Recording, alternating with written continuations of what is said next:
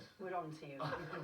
Now, you retired from football a few years ago, and you've got a new book, How to Be an Ex-Footballer. Now, when you read the prologue, it instantly is funny, really funny, but it changes your mind about what you may think life is like for an ex-footballer. So just tell me about that.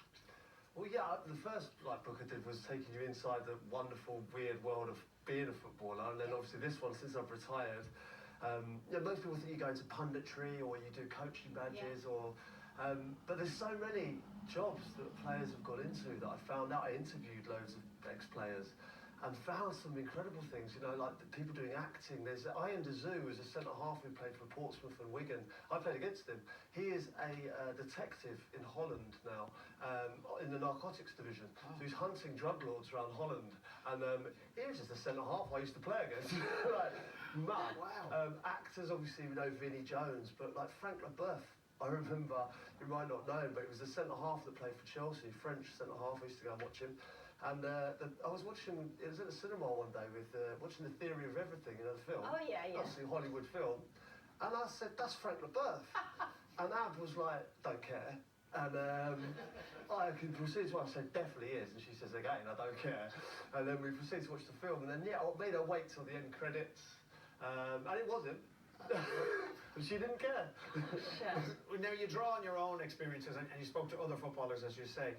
With so many young players, do you think this is kind of a guide for them? No, it's certainly not a guide. It touches on, you know, my experiences of being retired.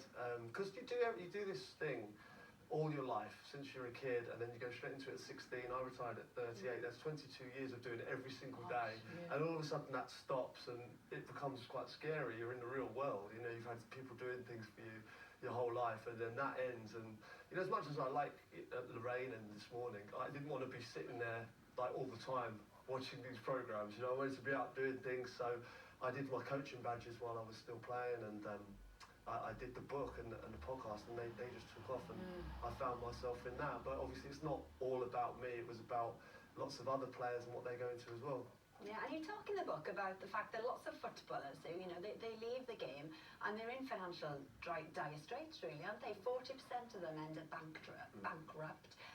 Do you think clubs should offer a bit more support for these players who have played for them for a long time, and then suddenly they're on their own, I guess, aren't they? Yeah, well, potentially. You know, obviously the book's a reflection of me, and you know, I'm quite light-hearted in the way I look at things, and you know, that's how the book is. But there is one section that I felt like I needed to touch on, and that's like players that were troubled after they finish, and you know, like, obviously don't feel sorry for any footballers. I'm sure no one does.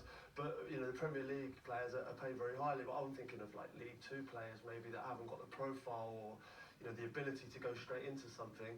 And some of those players have had, you know, a real bad time after football. So yeah, of course there is help out there for them. But when that stops and they have no real qualifications, they're out in the real world, I think lots of players do turn to other forms, or, you know, to alcohol, whatever. And I know from personal experience, you know, in the book I interview one particular player that I'm really friendly with, which I felt like I should have reached out to him, and maybe I didn't as well as I should have. And you know, he had his troubles, and we touch on that side of it as well. Yeah, well, you've hit the nail on the head, because of course it's not just financial, is it?